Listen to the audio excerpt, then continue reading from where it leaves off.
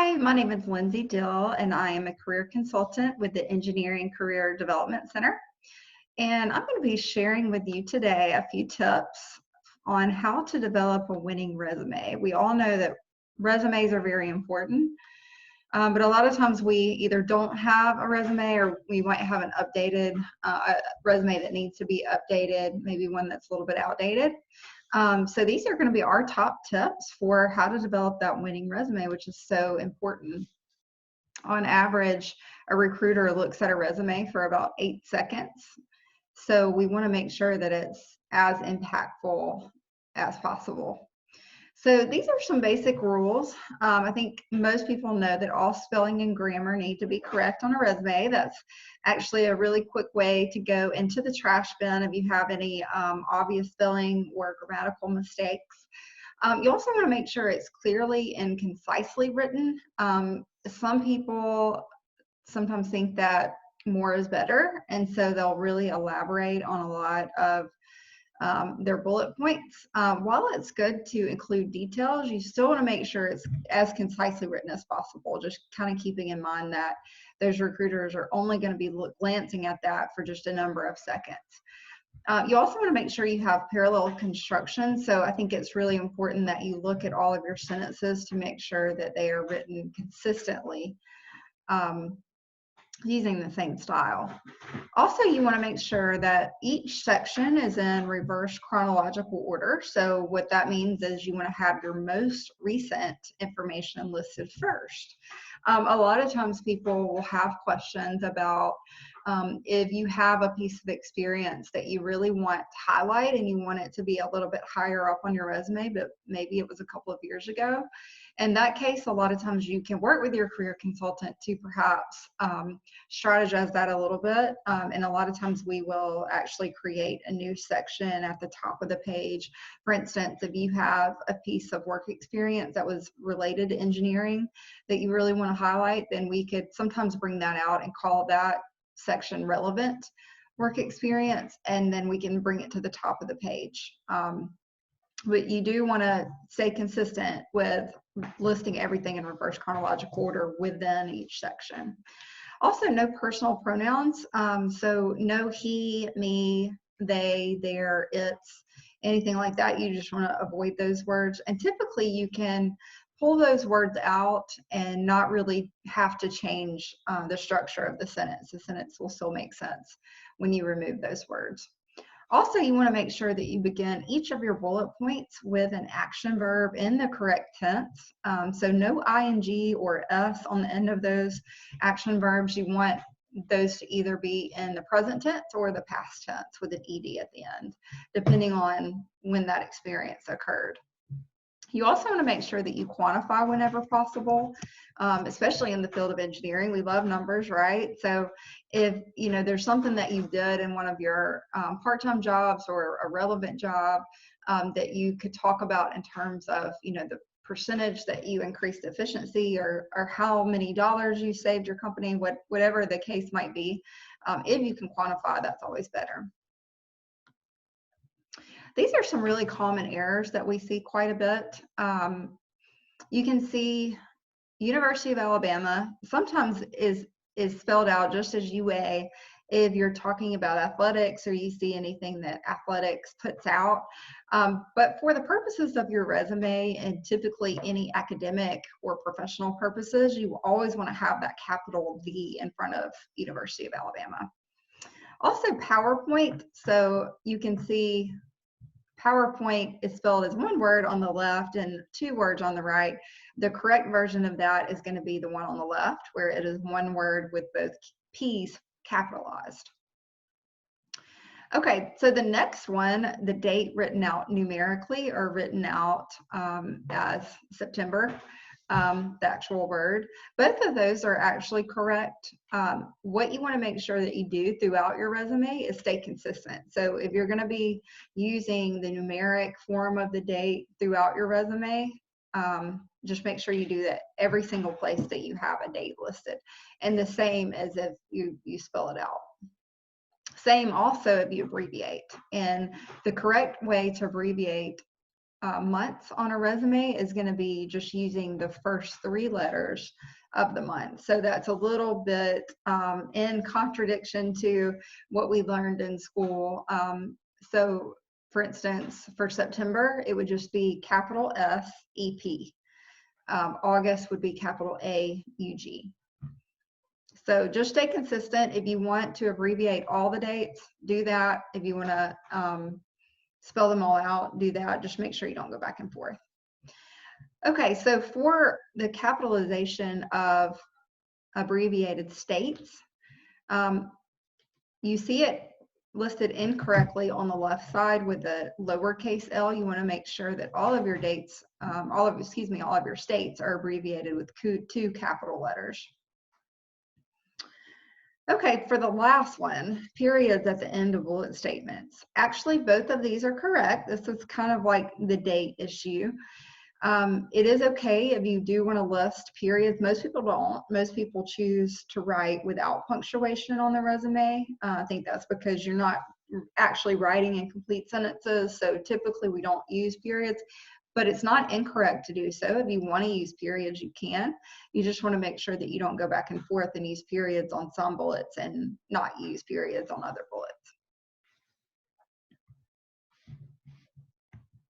Okay, so it all really starts with skills when we're talking about your resume.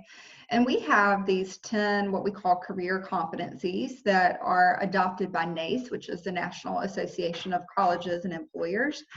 So that's a national organization made up of universities like UA, major universities, and also top companies. And we have determined that these are the 10 career competencies that students need in order to be successful in the workplace. So our job as educators is to make sure that you are obtaining these skills, that you have an opportunity to obtain these skills, and that you're also articulating these skills, not only on your resume, but also in the interview process.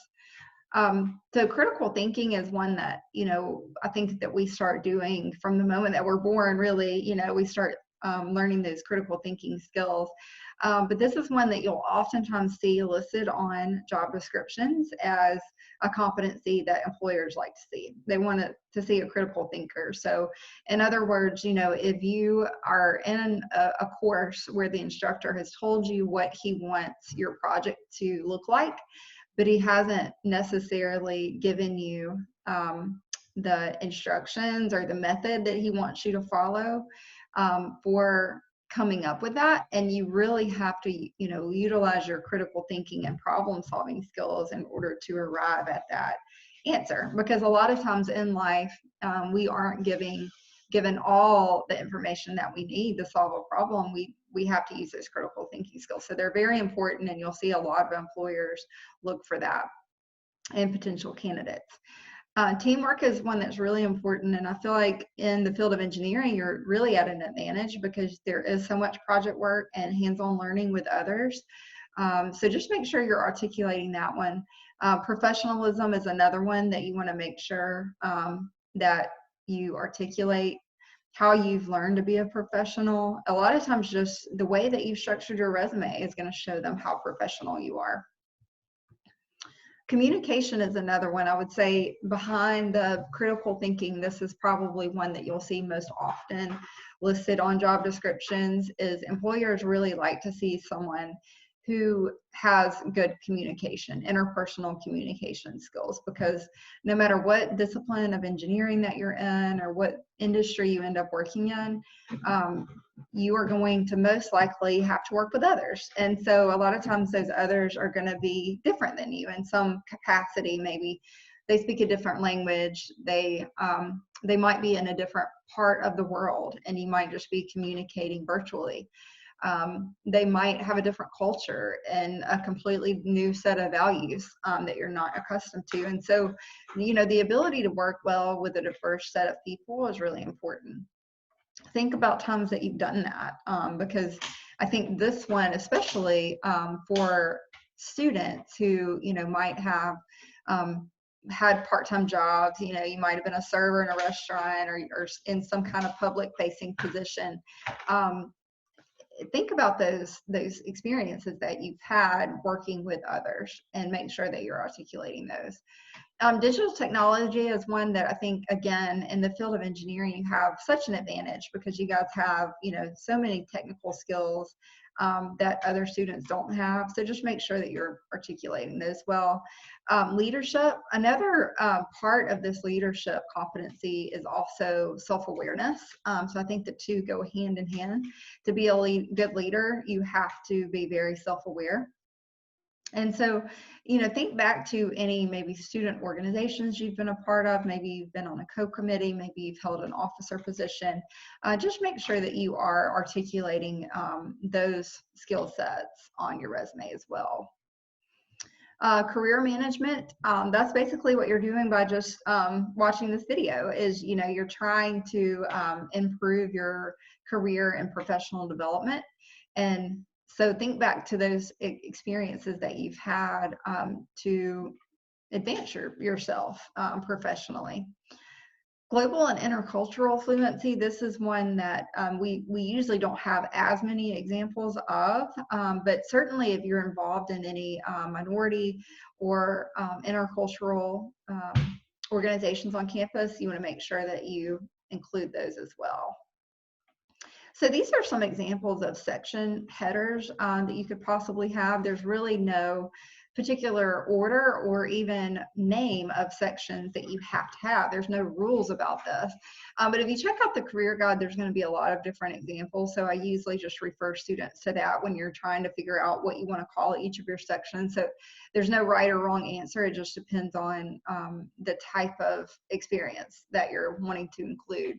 One thing that you'll see is pretty common among all of those resumes found in the career guide is the education section is listed first.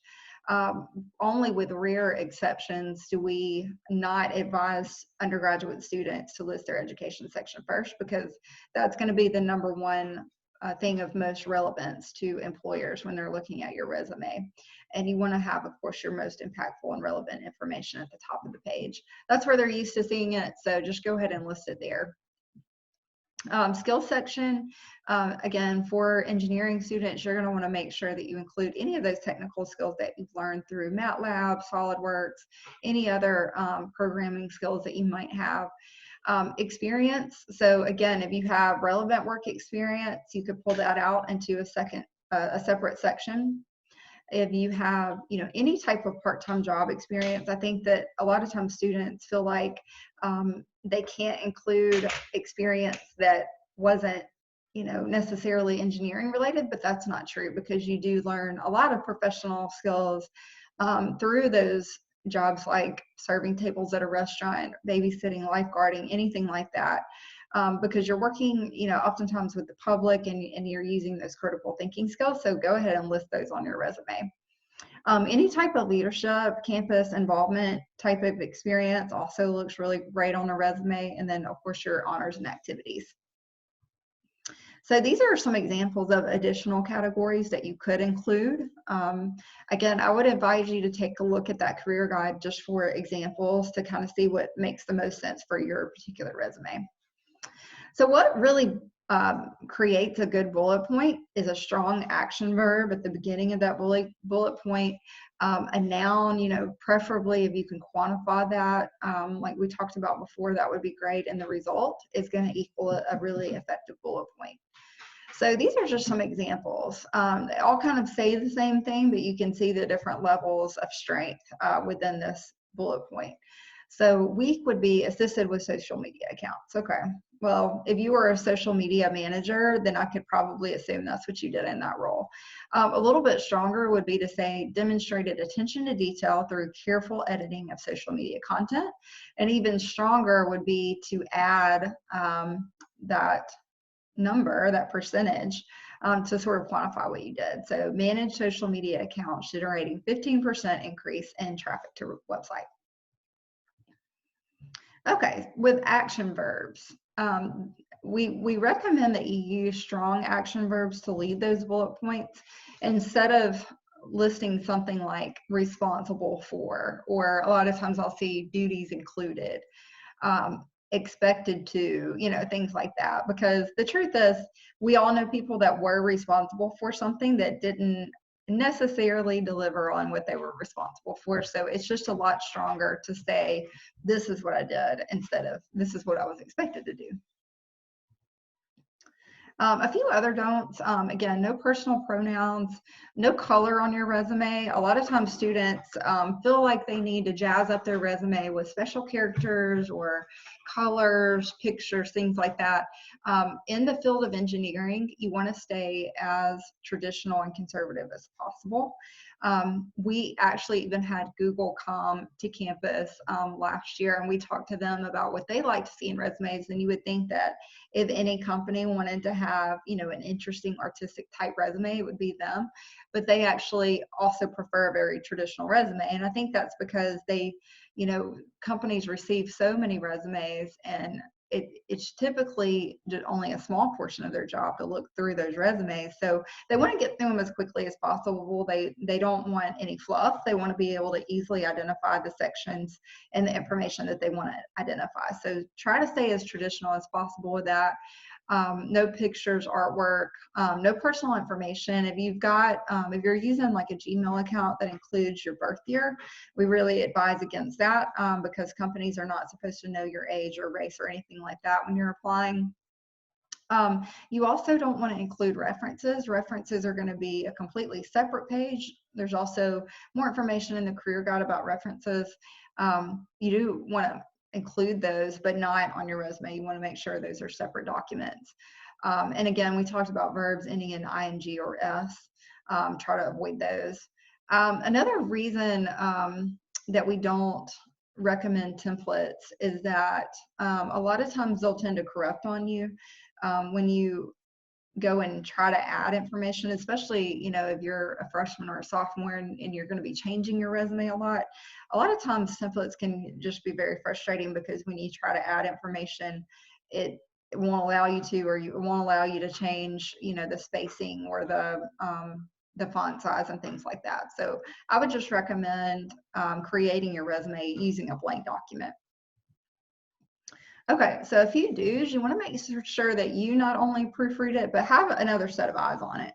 I think that that's always important, whether it's a paper or a resume or anything, because it's going to make sense to you, but it will make sense to someone else. Another trick that I've learned is that a lot of times you can read your resume from the bottom to the top, and that will help you, since it's not going to be logical when you're reading it that way. It will help you identify any like spelling or sentence structure errors or grammatical mistakes.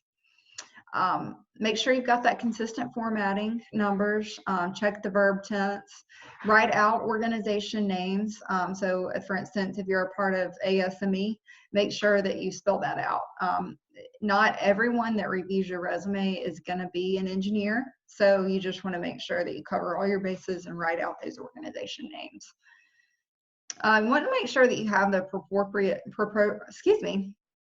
proportionate margins and font sizes. So we'd like to keep that resume to one page, and you want to make sure that it doesn't bleed over into a second page because of the margin size that you have set. So it can be a small margin, but just make sure that it's not bleeding over into a second page. And then also make sure that you're not going below an 11-point font. So we recommend 11 to 12-point font. Make sure it's in that reverse chronological order. Use your degree title from DegreeWorks. So for the field of engineering, the way that you're going to list your degree is Bachelor of Science in, and then fill in your discipline of engineering. So if you're mechanical engineering, it would be Bachelor of Science in Mechanical Engineering. If you're computer science, it would be Bachelor of Science in Computer Science. Make sure you keep that to one page again, publish to PDF, and then check the career guide if you have any questions or just want to make sure of what you're doing. Make sure that you've got a really quality resume in terms of your bullet points and the information that you have listed over quantity. So once your resume is in good shape and you're ready to post it to Handshake, we recommend that you do that, and then we can get it approved for you. If we have any additional suggestions for you, instead of approving it right away, we'll send you those edits and give you an opportunity to change those, make those corrections, and then you can re-upload it.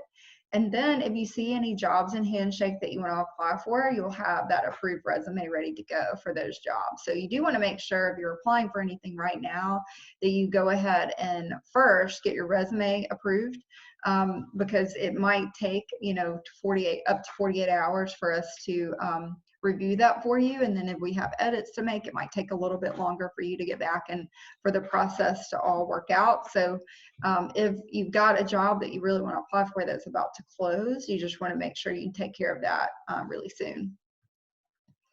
Definitely check out the career guide. You can see the link for that on the Career Center's webpage. So there's also going to be information about the cover letter in the career guide. I'm not going to go into detail about that today, but make sure that you do include one if that application allows you to include one. We definitely recommend that you do that. It's meant to be a supplement to your resume to demonstrate your passion for the position and talk about why you feel like you would be the best fit for that role.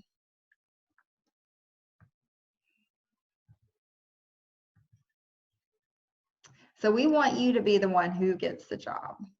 If you have any questions, we are working. We are limited business hours right now, but we are working virtually to help students with resumes, with cover letters, references sheets, evaluating job offers, exploring careers, mock interviews, anything like that. So if you want to make an appointment, just like you always would, just go into Handshake and create that appointment, and you'll have 3 options to choose from that include email, phone call, or Zoom. So we are here to serve you. Thank you so much for watching this presentation, and again, just let us know if you have any questions.